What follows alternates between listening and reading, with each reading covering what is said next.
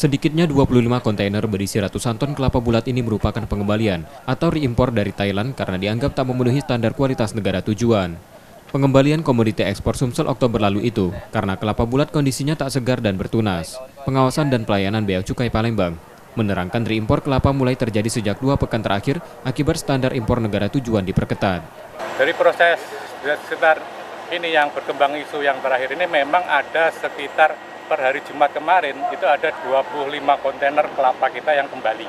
Dan itu yang kita beritakan bahwa itu yang sudah diurus impornya, reimpor ya. Jadi itu seperti yang Bapak lihat ini di belakang kami ini, bahwa itu kelapanya sudah seperti itu. Peristiwa ini berdampak pada nilai ekspor komoditas Sumatera Selatan. Berkurangnya kualitas kelapa dianggap akibat pengelolaan dan pengiriman yang panjang. Terlebih kelapa merupakan komoditas sensitif. Pemprov Sumsel akan meninjau ulang ekspor kelapa dan melakukan negosiasi dengan negara tujuan. Prosesnya itu hampir 1 bulan di pengumpul, di petani, di pemetik. Nah, mungkin kita akan potong, bisa nggak dipercepat prosesnya itu. Terus ke depan mungkin perlu bantuan dari berbagai pihak.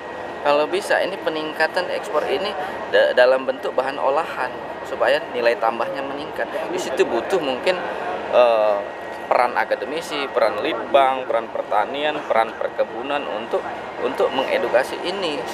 Sampai November 2019, Sumatera Selatan sudah mengekspor kelapa ke Thailand sebanyak 1.527 kontainer atau setara 37.106 ton dengan nilai 6,2 juta US dollar. Ekspor kelapa Sumsel didominasi Tiongkok dan Thailand. Reski Oktora, Muklas Diferensial, Kompas TV, Palembang.